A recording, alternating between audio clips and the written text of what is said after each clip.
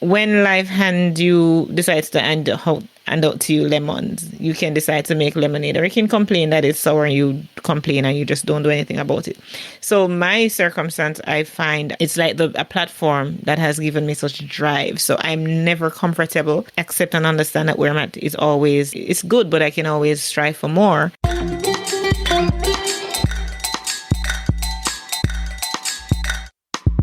Podcast Junkies, episode 225. Welcome back.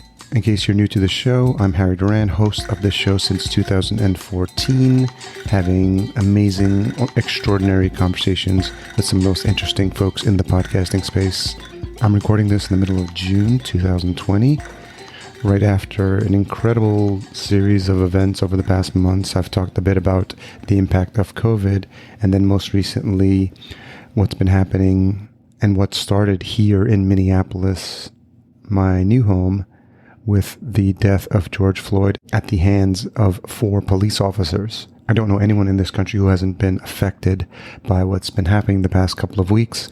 And I just recently put out a newsletter last night. It was Sunday night, to my audience, and it took me a while to gather my thoughts. And I know a lot of people were making comments on Facebook, but I had to really sit with it and figure out what was the best way to educate myself about what not only has been going on, but what I can do as an ally to the Black community to support Black Lives Matter, and to do all the things that I can do as a business owner to support what's happening, to speak up for this community. It's an ongoing journey, and I've no doubt stumbled along the way in the past. I'm currently reading Ibram Kendi's book, How to Be an Anti-Racist, which has been a complete eye-opener for me and very helpful for me in understanding how things that I've done and or said in the past have actually been racist. And that's something that I've come to terms with and learned how to be better in both the things I say and the things I do.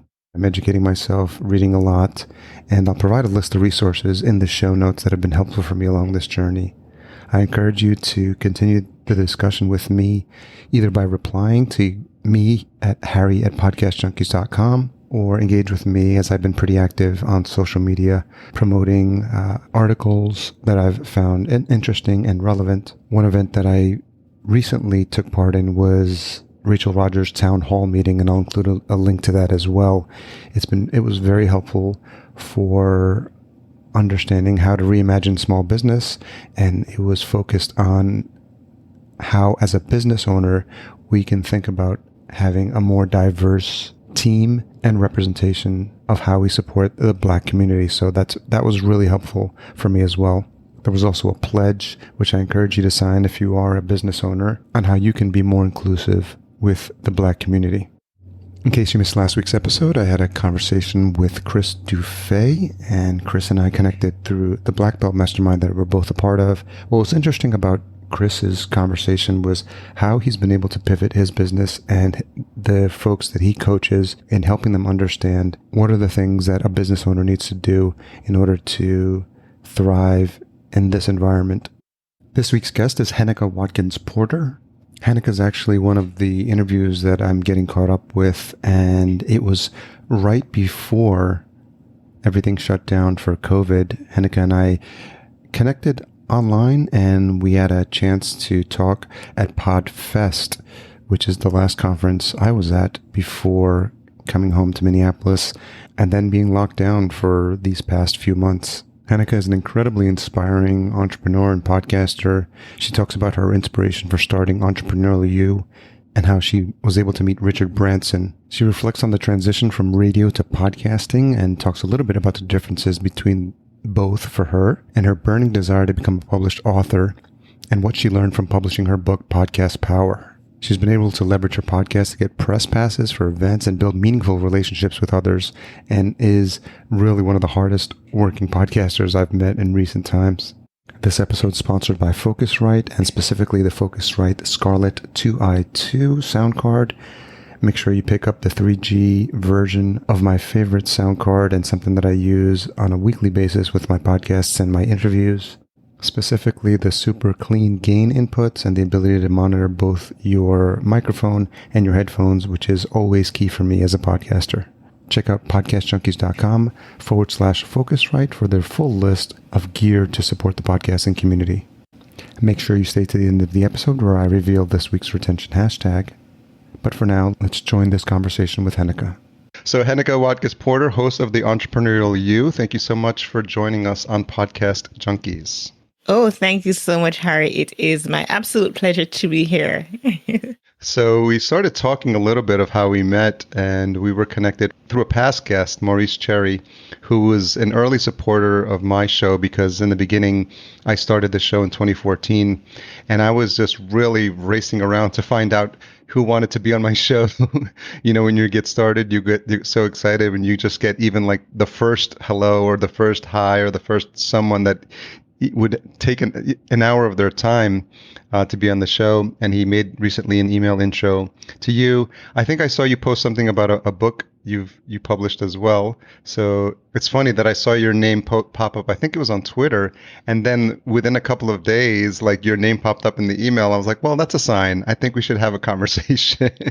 Yeah, and that is so interesting too, because as you talk about Maurice, I'll just tell you, how we've met.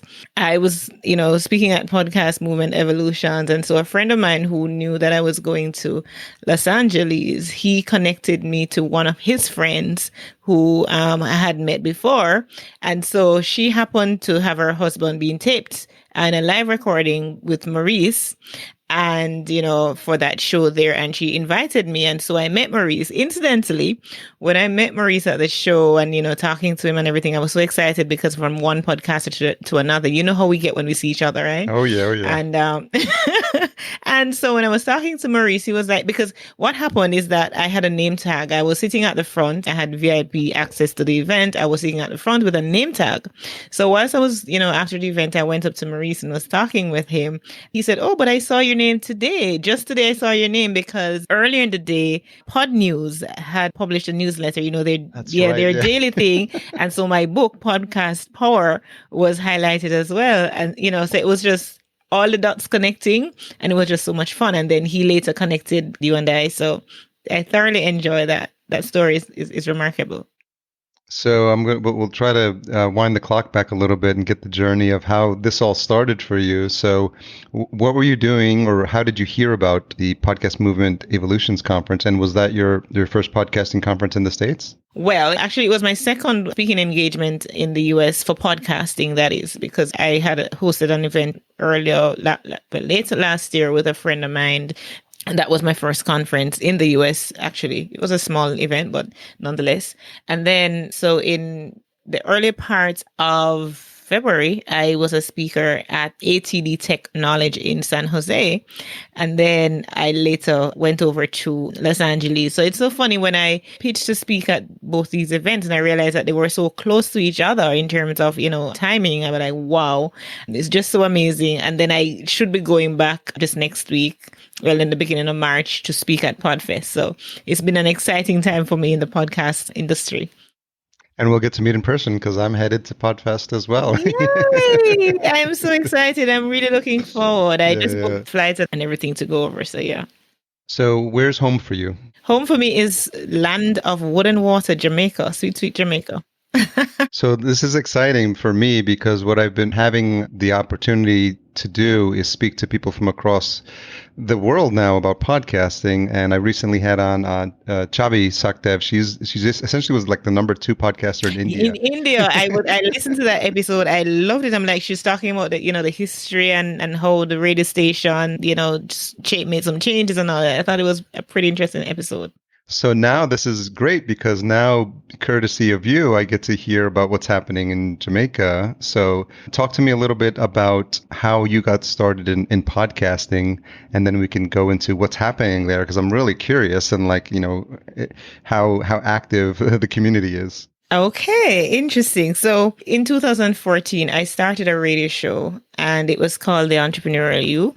That radio show lasted 3 seasons so it was 3 years, 2014, 15, and 16. Each year it was a 13-week season. It was a 15-minute show, had 3 various segments. So although it was 15 minutes, but it was very packed on radio. It had sponsors and all the jazz. The first part of the show was called Startup Stories, where we look at startups and talk about their challenges, etc. And then in the middle of that, the second segment was something we call Please Call Me, which I looked at business service organizations and how they're helping businesses. And then the final segment was Success Exposed, where I looked at the veterans in the business, how it is that they got there. And all of this happened within 15 minutes, believe it or not. And of course, ads had to be put in and so on. So after a while, Harry, I wanted to get a wider audience, right? I wanted to grow the show. People in the diaspora, Jamaican diaspora, that's the UK, Canada, and the US, they were able to listen to it via live stream, but still I wanted more. I also wanted to, not have to, go to sponsors to always solicit funds and all of that, because that can be a challenge. So I really wanted something that was a bit more cost effective and wider market and, wider access to people.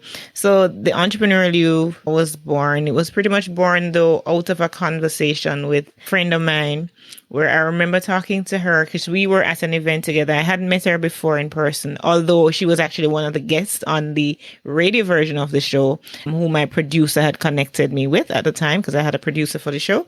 And so I met this person for the very first time in person at an event where she was a panelist. She spoke, I knew of her and her ability to solicit sponsorship and all of those things. So I remember after her segment was done, I asked her, so how do you, seemingly have access to all these corporate sponsors and all of that? How do you manage to do that? And, she gave me an answer, and then she gave me her number. And I connected with her after, and we had a conversation. She shared with me John Lee Dumas's EO Fire. I think Andrew Mixergy or something. Mixergy, Andrew yeah, Warner, and yeah. there was another show. I don't remember which one it was, but I listened to John Lee Dumas's Entrepreneurs on Fire, and I became so hooked. I think at that time, Harry, I may have heard about podcast or what podcast is maybe once before. But before she even shared the idea of a podcast with me, I remember somebody else also hearing my question in the conference, that same conference I'm talking about, and he reached out to me and say, why not go a podcast? Because Ingrid, that's the name of the young lady, she had said something about digital. She wasn't specific enough.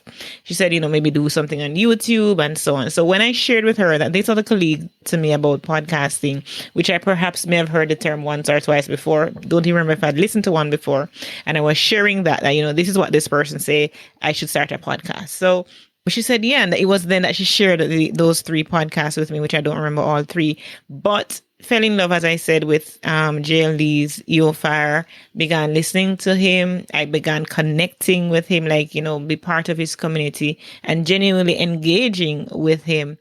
And from there, it was just such I was so resolute in my heart that I'm going to do a podcast. I remember John Lee Dumas was just so gracious to me. First, he did my audio bumper for my show. He was my first guest.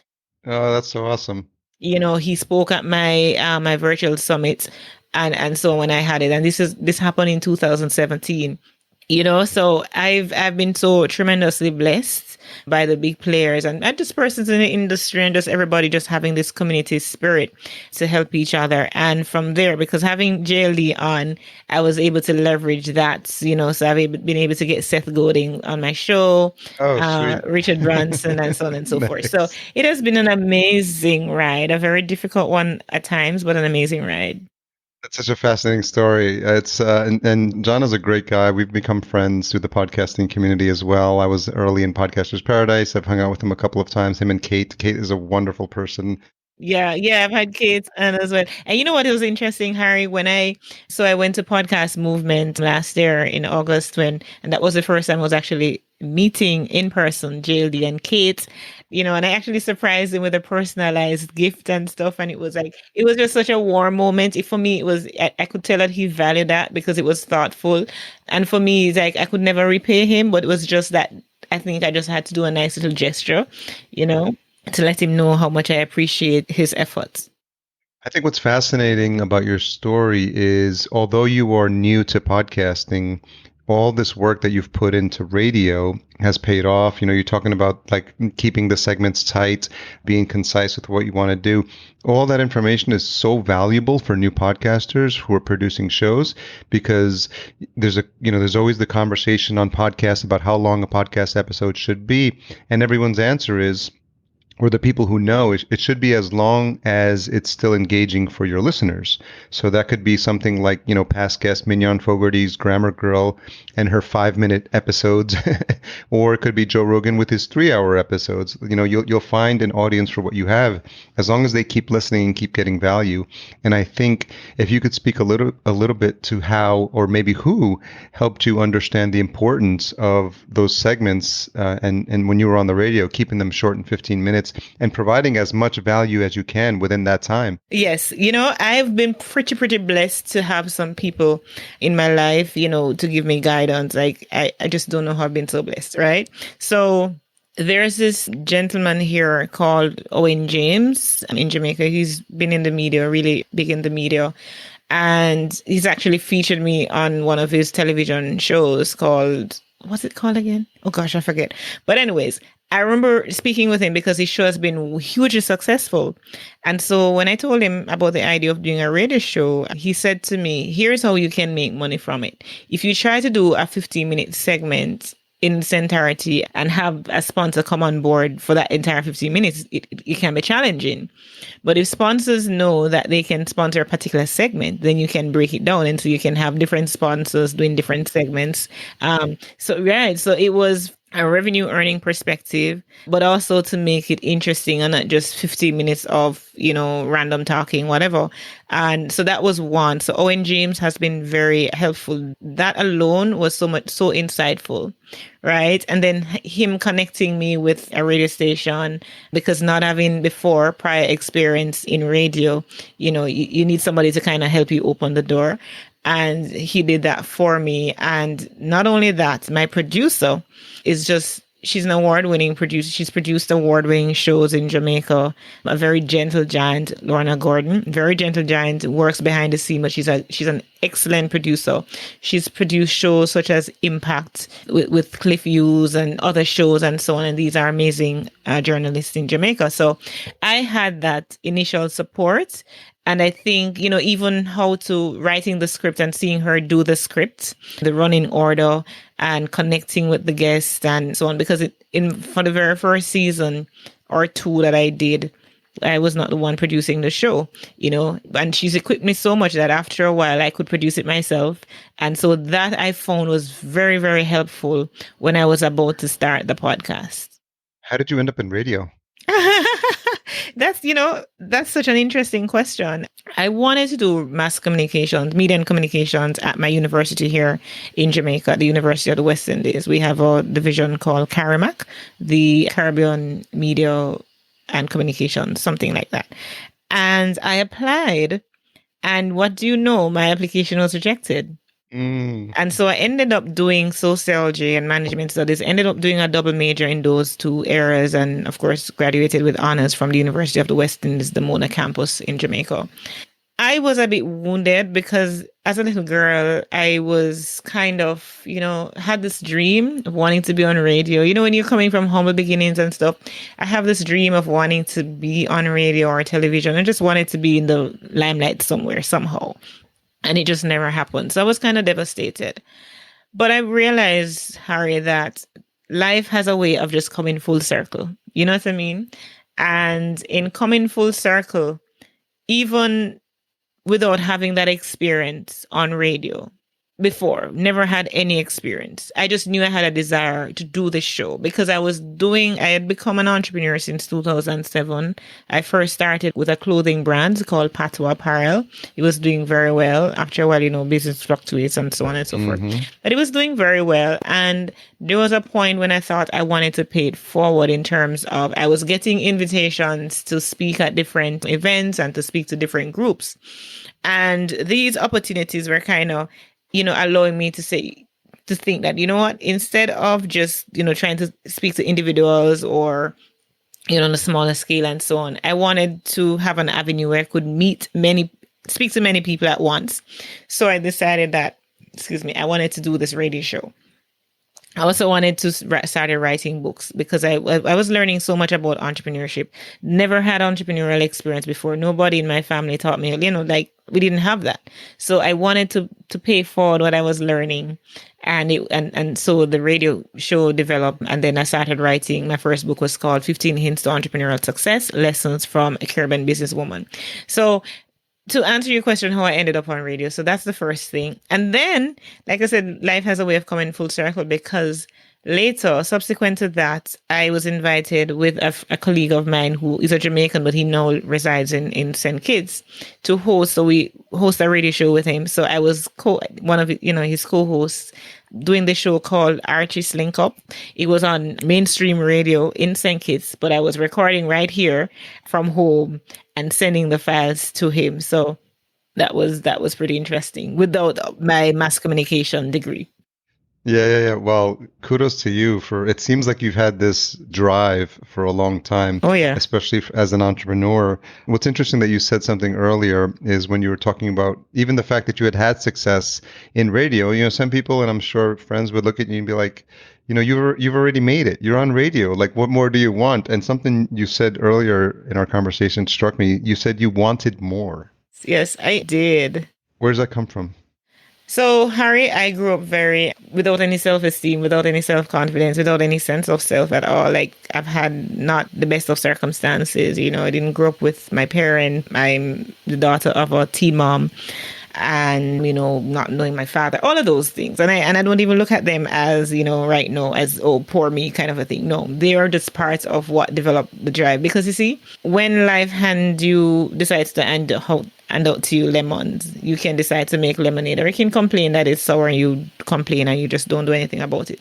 So my circumstance, I find it's like a platform that has given me such drive. So I'm never comfortable, except and understand that where I'm at it's good, but I can always strive for more and do better. And that for me, I'm driven and I'm passionate and I don't quit. I said to somebody the other day, with hands down, I'm the strongest person I know.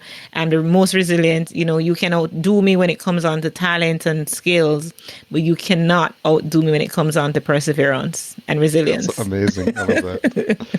So talk to me a little bit about the choice of the topic, because you said you're an entrepreneur yourself and you've now written a book about entrepreneurism. The show is called Entrepreneurial You. So I'm just naturally curious, like how can you describe a little bit about the entrepreneurial community in Jamaica? And if that's something that's always been something that's always big, and is it something that a lot of people talk about? So entrepreneurship in Jamaica is huge, right? I think we're setting the standard for all other Caribbean nation. We have a lot. I mean, the statistics as it relates to startup and the failure rate and so on, it holds true here as well. You start as quickly, but you fail just as quickly, right? And you move on again and so on. Some people give up, realize it's not for them. Some people, like myself, it's just embedded in our DNA and we can't see ourselves doing anything differently. So we have a lot of startups, particularly in the areas of tech, but we are tech and the creative industry. Those are the areas that are booming and exciting for Jamaican entrepreneurs. We are resilient. I think there's just something about us as Jamaicans that generally we don't give up. We don't relent. Like we're warm people, but we are go-getters and we're fighters and we know what it is to fight. Yeah. We know what it is to not give up because of our struggles as a people as a whole. And when you think about our history, of course, the whole slavery and everything having to do with that, all of that make us who we are today. So we're resilient and we have a lot of business. We have big businesses. We have small businesses. I mean, one of the most interesting thing for me, or, even part of my journey as well, is being part of the Branson Center of Entrepreneurship Caribbean. So, of course, that's affiliated with the Richard Branson brand, right? And that's a pretty clever story, a pretty story of how I met Richard Branson, interviewed him and stuff. So in 2017, which was the day before my birthday, I know he was going to be here because the Branson Center was being relocated from our second city of Montego Bay to Kingston. And I thought, yeah, I would love to have a conversation with him and stuff. And, they agreed. The CEO, the then CEO at the time agreed. And so their PR person contacted me. Said it was about 3 or 4 media people in that room. Just imagine not doing my media degree, right? Not having my media degree, but yet I'm sitting in that room with all these other media people. Yeah. And I've been using my podcast as a press pass and all of that, but we can talk about that later. Yeah, of course. So he came into the room and the very first comment he made was that I love your hair because my hair is always braided and colored, and this is just what you're looking at now is very tame, right? But usually it's wild and colorful and stuff. So, and he was like, I love your hair. And we did the interview, maybe a 15-minute interview that we did, and by the time he was done, like he jumped off the stool that he was sitting on and grabbed the hair and put it over his head as though he was wearing locks. So in what you see in the media about, that lightheartedness of Richard Branson, that's exactly who he is. So I was happy for that moment. What was going through your mind when you were having the interview? Because naturally, when a lot of people have the opportunity to speak to someone who is essentially a hero, if you are an entrepreneur, of someone who's like you would want to be in the same space with, but many people may not have the opportunity. Some will have the opportunity, but then they don't know what to say when given it. And your time with him is obviously so short because he's such a busy person. So I was wondering how you thought about it from a planning perspective going into the interview, what your thoughts were as you were having it with him. Yeah. And, that's a very good question. Like, I think it was, oh my gosh, what's it? This guy at Podcast Movement Evolution, he spoke and he does a lot of interviews. I think he was with the HBO and stuff, with HBO as well. I don't remember his name, but he did. And he said like a lot of times when he gets these names and he was like, oh my gosh, he's just hoping that they'll cancel, That's funny. Because you're wanting to have conversation and like, oh my gosh, because it doesn't matter, there's this fear that comes over you and you're thinking, are you going to ask something silly, whatever. But I had, as you said, prepared because it was part of an episode, a special edition episode for Global Entrepreneurship Week. So I had other persons on that podcast episode. So it was Michael O'Neill, there was Amy Porterfield, Chris Ducker, of course, Richard Branson, and there is somebody here from Jamaica as well, Kirk Anthony Hamilton. So there was 5, was it 5? And Malcolm MJ Harris. It was 6 persons on that episode. And particularly that episode, I looked at collaboration for success. And what does it mean and how can you, collaborate successfully and so on. So I had my question pre-planned for him, right? I'd already interviewed all the others. So it was just his episode, his segment I needed to go in. So yeah, I just got right to it. Wasn't going to get distracted by the nerves and the butterflies and all of these things, I kept to the script and asked about his tips for successful collaboration. So now talk about the transition into podcasting. You did mention JLD early on. So what were your thoughts when you started the podcast? Like, how did you want it to be either different or the same from what you had been doing on the radio as you were launching it? Okay, so for starters, I knew it was going to be longer, that I had control over. So I decided I was going to let it be for 30 minutes. I mean, as I developed along the way, it's anywhere between 24 and 34 minutes, right? I try to keep it under 30 minutes because based on the people who listen, my community, I know that they're busy and they don't short attention span like myself and try and keep it short. So that's it. But I remember, if I take you through the process of recording, so first of all, I got my microphone when I was in the last season of the radio edition, right? And that season, because usually I would go into the studio to record at the radio station, but because I had switched it up a bit and I was now doing the Caribbean edition of the radio show, so I was interviewing people from St. Kitts, Trinidad, Barbados, all over the region. Of course, the station wouldn't make those calls. So I had to, because there were no international calls. So I had to, by then, when I was preparing to do the podcast, I got my microphone and so on. So I started practicing on using, on the radio show for the podcast during that time. But I tell you the truth, Harry, I was doing every single thing that was necessary. I was making sure I was getting the website. I was doing everything, but there was just one thing that in my mind, I knew I was procrastinating, but I tried to so I'm tricking myself into thinking, no, I'm making progress because I'm doing everything else. But I was procrastinating where the tech was concerned because because even when I started recording the radio show, the Caribbean edition, I would send the files to production team at the radio station to edit. I wouldn't touch it. So when it's now time to do the podcast, I'm procrastinating because I'm thinking I don't know how to edit. It is going to be so difficult. I don't know what to open my mouth and say. I don't know how, even though I had this experience with radio and all of that, I just started to feel fearful. And so it took me a while. I remember, I'm sure it's somebody that you all know in the community. I don't even remember his name, to be honest with you. But we did a recording, and somehow for that very first show, that recording that I did, as luck would have, I don't know what it is, but the file got misplaced, and to this day, I cannot locate that file. It's every podcaster's nightmare. I had lost my hard drive, was wiped clean and everything, and I just could not locate. I mean, even I bought a software that could recover my deleted files, my trash, my bin, and I'm still yet to find that I found everything else except that one interview. And so I reached out to the guest to say, this happened. Would you record again? He said he would.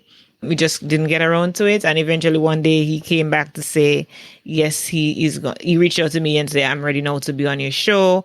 We scheduled for that interview. I'm sitting waiting. He eventually came on a few minutes late and say, oh, he has a client, and he never came back. I'm like, you know what? That's probably good that it didn't work out in the first place to begin with, because that kind of no. Yeah. Everything No. for a reason, right? Everything for a reason, yeah. And so what was different, and what was it? Because I love having people on who've had the experience of radio and have then started podcasting, because I think, if you're not familiar with either, you're like, well, how hard can it be? You're behind a microphone for both, and, you just record, and it's basically the same thing. So for those that need to be educated a little bit in what the differences are, what was interesting for you as you were making the transition? All right. So initially I had somebody who was able to rein me in, right? And if I was not enunciating, or if I went over time, or, if my, the volume was high or low, I had somebody who was controlling that. So I was almost in a safe place, right? Yeah. Doing the podcast, I'm doing it on my own, doing everything. My comfort zone, I was taken out of that. I didn't have that buffer. I didn't have somebody to give me the eye when I didn't say something correctly, or, I just didn't have that. So that in and of itself, solo. that in and of itself, is different. But also on the plus side is that I had a certain level of freedom, right? Freedom to, of course, extend the show a little longer. Freedom to not be as rigid in terms of being so formal and professional, right? So I could be a little lapse and just be me. It's not, a professional show and so on. But at the same time, it's not as rigid as radio, because, you're in prime time radio, and your sponsors are listening in, and it's during drive time kind of a thing. So it was different. And both of them, I love both of them, because I would readily take the show on radio again, just repurpose it, the same content, repurpose it for radio. I would readily do that. It's just a matter of, my gosh, I don't have the time to solicit sponsors for that airtime and so on. So if somebody listening and wants to take it up, fine. What's so interesting about that is this realization when you're the podcaster. It is that freedom that you spoke about. I know Joe Rogan has mentioned it. You're the station manager, you're the marketer, you're the talent, you're the producer, you're the editor, you're the social media manager, you're the engineer. You literally have to wear all the hats because it's your show. And I think the trade-off is, and I think any podcaster who's been doing it for a while would agree, that as challenging as it is, and the fact that you are doing everything solo, the freedom to do what you want, say what you want. Sometimes I have guests on that have a very small podcast, but because I'm just very curious, I just want to talk to them. They say scratch your own itch. Like, and I know that if I'm interested and I'm excited to talk to someone, that energy will come through for my listeners. And I'm always thinking of my listeners when I do these things. And if I was working at a radio station, they would say like, well, that guest is not that popular. Maybe you shouldn't bring them on, or don't Yeah. say that word. And so, people come on here, they curse, I talk about my personal life sometimes, and I just have the freedom to talk about what it is I feel like talking about, which is what's been so fascinating about podcasting. And I think it's what makes it so special. Absolutely. Absolutely. So tell me a little bit now about as you started producing the show. And obviously, we mentioned earlier, the reason I first heard about you was the book that you published. You obviously had experience publishing a book already. So can you tell us a little bit about the journey to get that, and when you realized that that's something you wanted to check off on your podcasting list as well? So I've always had a desire, like I have this affirmation that I'm a prolific author and I'm writing many books and so on. But the first one came about, interestingly, 15 Hints to Entrepreneurial Success. That came about when I remember having a store when I talked to you about the fashion brand that I had, the clothing brand.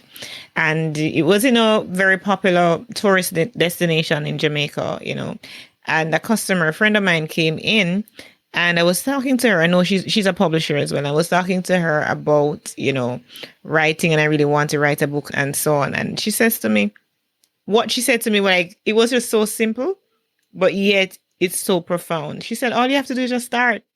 And I literally came home that evening and just start. And so what were you thinking about? Did you know what you wanted to write about? Right. So one of the things I asked her about, so what it is that really, as a publisher, what it is that's a hot topic now and everything. And she says, entrepreneurship. I'm like, but yeah, I'm an entrepreneur. It's in my DNA and so on. So that's how I started. But as a Christian, I began also writing devotionals. So my second book was a book of quotes just to inspire and whatever, motivate. And then my third and fourth books were devotional. So one of them is called Sermon Notes, 52-week devotional for quiet meditation. And then another one with a co-author of mine, Dr. Vernet Joseph. And that one is called According to His Word, a 31-day devotional for entrepreneurs. And so the fifth book, which is the one that, I just published it, and I published it. I made sure to get it ready for the many conferences that I'll be speaking at this year. So that one is called Podcast Power, the Quick Start Guide to Launching and Leveling Up Your Brand. Great title. Yeah. So yes, Podcast Power is the one that has been getting some love, and I'm really grateful to James Cridlund at Pod News. He shared it in Pod News a couple of times. I had it in the bookstore of ATD Technology when I was speaking there in San Jose. And yeah, I've just been getting some love from the community as well. So I'm grateful for that.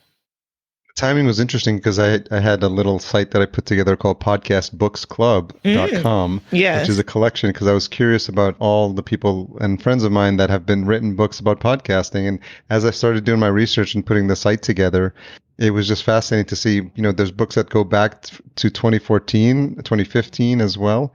And so many new books being written. And I think it's so fascinating because there's always people who have something to say and will give their unique perspective on podcasting. And I think all of them are important. So it's been interesting to see that it's still a topic that probably more and more people. I have a couple of friends who said they've got a couple of books in the works about podcasting as well. What was the most interesting thing you learned throughout the process of writing this most recent book? So usually because I'm just so type A personality kind of a thing, I always want to be editing while I'm writing, and which is not good. Which is not good. Like you want to make sure it's correct and all of that. For me, what I did this time around, usually I just write, which I did initially. I started writing, like just write. But after a while, I started to create different files for each chapter and each segment. So for the description and the introduction and everything. So in my Google Drive folder, I had one chapter as a file and so on. And that, instead of having to go through the entire book to even in the editing stage, right, I was able to go through various chapters and to build on those chapters. So for me, that process was different. It took a lot, and maybe I came up with that process simply because I had a very short timeline working with. So I had committed to do the book in November to finish it. So you have National Novel Writers Month, something to that effect, Yeah, yeah, right? yeah. Whether you have to like finish a book in November, is In that it or November, something? exactly. So I decided I was going to do that challenge. Somehow, though, I did not start writing in November, like the beginning of November. But the truth, so by the middle of November, I started to panic. I'm like, oh my gosh, I did commit to myself that I'm going to finish this book in November and so on. And I'm supposed to write like 1,500 words per day, 2,000 words per day. Like, how am I going to do this? But then I recall that a lot of the content that I would be putting in the book had already existed because I have a show. I have not a show, a course, an online course for pod. So I was able to take that. I had some blog posts that I was able to tweak. And so by the end of November, and I've also spoken at International Podcast Day. So I transcribed all of that. Very smart. Yeah. And then I put everything together. And then by the middle of November, I had 65-70% of the book complete because because I already had the content. So it was no matter of organizing that content so that it could be in a format that flows. I mean, I struggled like to rearrange the chapters and put them in the right order and stuff like that. And then this time around, I don't know if you've spoken with Engel Jones yet out of Oh, Trinidad. I love Engel. Yeah, he's a Yes. great guy. Yeah, so Good right. friend, yeah. So Engel actually, because he does book cover design, book cover deals. So he was the one who did the cover. It's amazing. And I had somebody did the formatting because usually I would do everything myself in the book, except the first book, which I went through a publisher. But all the others, well, the fourth book as well, my co-author handled that side. But usually I do everything myself. But this time around, I decided I was going to just have, different parts, the elements, because I wanted a quick turnaround time. And Angel was so gracious, He's and a his great guy. artist. Yeah, Yeah, he is. I've yeah. been on his show as well and stuff. He will be at Podfest too, yeah? Oh yeah, I can't wait. It's been a while. We haven't seen each other in a while. We've been chatting virtually for for some time, so it'll be nice to catch up. So that's it. And I'm really pleased with the outcome and, and the product, what it's like. So I'm looking forward to it being a bestseller. Yeah, of course. Why not? Well, congratulations on that because I know that that's a big milestone for a lot of people to have a book published, and you've had several already. So, congrats to you for putting in the hard work to get that done. The other thing you mentioned that I thought was interesting was this idea of using the podcast to get press passes for events. Talk a little bit about that. Yes, happily. Part of what I wrote in the book is not just the how and the why and all of these things of how to podcast and what it can do for you, but I went a little further, and that's the second segment of the book that I've dedicated to how to use it to elevate and augment your brand. And so some of the things I talk about, from my own experiences that I've been doing is one, to get a press pass, right? Also how to host connect with persons, partnerships, hosting like live events, and just these various things. So for me, I use a podcast to say to, these major conferences happening in Jamaica, wherever they're happening. I've just been doing them in Jamaica for now, but to say, hey, I would love to, to be given access to your events. I'll create a blog post after the event, or maybe perhaps I do, live tweeting, social media, whatever it is. And it has been pretty good, the response. And I like to share this interesting story, how a podcast can do so much more for you, including retrieving a stolen phone. So, so in last year in May, or prior to May, in April, was it April? I had attended an event. I'd used the podcast for a press pass.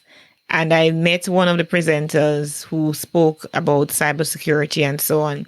I had connected with him, gotten his number because I wanted to invite him to my upcoming conference. I was hosting one of my LeaderCast events. And I took his number, wanted to connect with him after to sell him some tickets to come to the event. No, the event passed. I mean, he didn't quite get to come to the event. But on the day of, I think I was having a team meeting, a debrief of, the post event.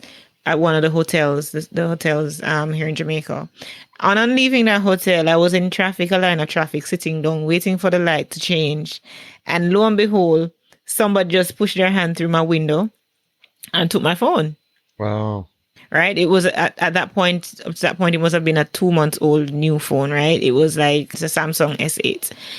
And it was a very terrifying moment for me. I went to the police station and I reported all of the drama. And of course, based on one of the things you learn quickly about Jamaica when you're here is that very bureaucratic, right? Everything is a bureaucracy. So I remember them telling me what I'm going to need to do because somebody, the person who stole it had taken credit off the phone, transfer credit from the phone to others. So it was highly traceable. Plus I had the details to trace it. But when I went to them and they were telling me what I'm going to need to do to retrieve the phone, I'm like, no, I'm not going to be a victim twice. I'm not having it, right? Once it was stolen and then you were telling me I need to do all of this to get it back. No way. No way. Yeah. I went to the same person, like he's from the cybercrime division in Jamaica, and I connected with him, giving him all the details. He launched an investigation because given his office, he has access to a lot of details that the regular officers wouldn't have, right? Based on the nature of his job. And so it took almost 4 months, but I got back my phone. Wow. It all goes to show you it's who you know, right? Yeah, yes. And the relationships you built. You would have never in a million years have thought that, connecting with that conference and connecting with that gentleman would have helped you in such a profound way. Yeah. Yeah, in such a profound way. But I think, you were going from the perspective of trying to add value and trying to connect with him on a genuine way. And I think it's just a great example. We love stories on this podcast. I know, right? So I know. I appreciate you sharing that. That's a great story. And so what's next in terms of podcasting? I mean, you're making a great name for yourself in the podcasting space as it is with the book, with your appearances at the podcasting conferences. Is that something you're going to be conscious of for the rest of this year and going into next year as well? Absolutely. So these 3 conferences in particular, the hope is that, a lot will come from them in terms. I remember even the first one that I spoke at, I interviewed one of the persons, she was a fellow speaker as well, that I met at the ATD Technology Conference. And whilst, at the end of our conversation, she actually said to me, I listened to your talk because I gave a talk on how to start a podcast in one day.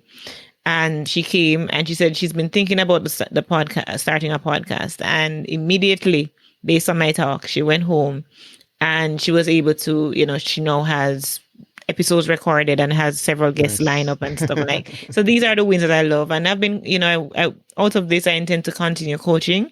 I intend to continue. One of the things I want to do is work with corporates to do internal podcasts and just be a consultant in that area. So I intend to continue that. I want to get more speaking engagement, speaking on the topic of podcasting and just how we can augment your brand. When I started, Harry, one of the main drivers for me was that my business was kind of taking a downturn, right? I had eventually closed the location. I'm not even doing much with the brand right now. I don't even know what I'm going to do with the brand. I'm still not ready to let go of it, but I don't know what I'm going to do with it yet. You should make them a sponsor of your show. My show, right? Your brand can be the sponsor. Yeah, actually, it was initially I used to, but because I don't even have my website up or anything right now, I kind of pulled that. But I really, it was one of the things that led me into podcasting field, and so I want to be able to get more business from it and so on, and use the podcast speaking engagements as leverage. That's a great story. A couple of questions as we wrap up. What's something you've changed your mind about recently? What have I changed my mind about recently? And because, I always believe that it's okay to change your mind. I have changed my mind about, so for example, one of the things I wanted to do was, and I've not been doing it as much as I thought I would, was to be a lot more giving. And recently, because of an experience that I've had, not almost life-threatening experience, I decided that I'm going to share more in terms of developing a ministry. So I've started this ministry called Grace to Grow, and it's for women in Jamaica, particularly in my area in St. Catherine, in Portmore, who have been, you'd say society has turned its back on. So I have changed my mind about, just focusing on the business aspects. but more on that side that of giving and purpose and just Yeah, giving back, right? It's important. Like sometimes always paying it forward and realizing, you talked about what it was like, your experiences growing up and the challenges you had. And I think not losing sight of that is important because there's people that are going through the same thing you were going through and are waiting for someone like you, waiting for a conversation like this. Someone's going to hear this and it will impact them in a way where they feel like that there's hope for them. And I think a program like that you're putting together is definitely there. We can't have enough of programs like that because if everyone thought, oh, there's enough money out there, Richard Branson will save the world. But, we all have to do our part. So I applaud you for what you're doing there. What's the most misunderstood thing about you? Oh my gosh, I believe I am the most misunderstood person ever. I believe so. Because when it comes on to being in a work mode and I guess people people who are close to me though are the ones that will see that. So my families and my friends and my church community, that I'm harsh, but I'm not harsh. I'm somebody who is, fun loving, jovial, everything. But when it comes on to work, I'm pretty driven, I'm pretty focused. But outside of that, I'm as crazy as they come. But I'm highly misunderstood. And so that question is so appropriate. I'm highly misunderstood. But you know what? I don't even apologize for it because people will know me. Like who know me will know what I'm about and respect what I'm about. Yeah, the people that really know your heart and know where your intentions lie, they know that at the end of the day, regardless of how you're delivering it, what you're trying to do is good work. Well, I'm so appreciative for us having this conversation. I'm even excited to meet in person. And it's Yes. just what happens with this podcasting community, and I think it's something you've probably discovered that unlike other communities that I've been a part of, even when I had my corporate job or would go to conferences, there's something special and magical about the podcasting community and about everyone's ability and willingness to help each other out. We all want to see each other succeed. This industry is growing as fast as it's grown up until now. And I'm sure you've seen it as well, like the visibility of it, the fact that it's going global, and in countries like Jamaica and India and all these places where it didn't exist. I saw James Cridlin post something about Lebanon and Cairo is going on. Yeah, I saw that. Yeah. I want to be at the Egypt podcasting conference. I would love to. No, like I would love. That's why it's late and it's clashing with Podfest too. So. Okay. But I want to thank you for taking time. Shout out to Maurice for connecting us. I'm happy that you got to come on and share your story because I think it's been a great one. Absolutely. Thank you so much, Harry. It's been a pleasure to be here. Thank you. What's the best place for folks to connect with you and get more information if they want to connect with you? Sure. Heneka Watkis-Porter.com. So HenekaWatkisporter.com. As well as social media, Heneka Watkis-Porter. Yes. And make sure to pick up the book, which is called Podcast Power, the quick start guide to launching and to leveling up your brand. And they can find that. It's on Amazon and I did a nice little URL for it. So it's bit.ly/purchase podcast power. Very good. Always thinking like a true entrepreneur and marketer, making it easy for people to get your stuff. Yes. Well, Heneka, it's been a pleasure connecting with you. Thanks again. Yeah, man. One love. Take care. So thanks to Heneka for sharing her story and her entrepreneurial journey with our audience. Incredibly inspiring to see what she's done as an entrepreneur in Jamaica and how proactive and ambitious she is. She's met Richard Branson. She's published her own book. She switched from radio to podcasting and shows no sign of stopping. I was incredibly inspired to meet her and glad we've been able to stay connected. Thanks again to this week's sponsor, Focusrite and the Scarlett 2i2 sound card. Again, check out podcastjunkies.com/Focusrite for more details. Intro and outro music composed by Cedar and Soil, cedarsoil.com for a list of his complete music, podcast production, and marketing provided by Fullcast. Sign up for a free consultation at fullcast.co/chat15 for a 15-minute consult. Tune in next week for my conversation with Jordan Paris, probably one of the youngest entrepreneurs and podcasters I've had on the show. And what Jordan's been able to do with his podcast is nothing short of incredible. If you just take a look at the guests that he's had on his show and you think about how long he's been podcasting, it's an incredibly inspirational story. So I can't wait to share that one with you. If you made it this far, no doubt you're waiting for the retention hashtag. Let's go with Powerful Heneka, Powerful, Heneka, Heneka hashtag, and tag us at podcast_junkies and Heneka at the Entrepreneurial You. So that's THENTREPYOU.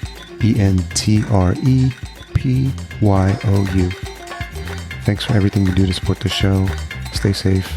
We'll talk next week.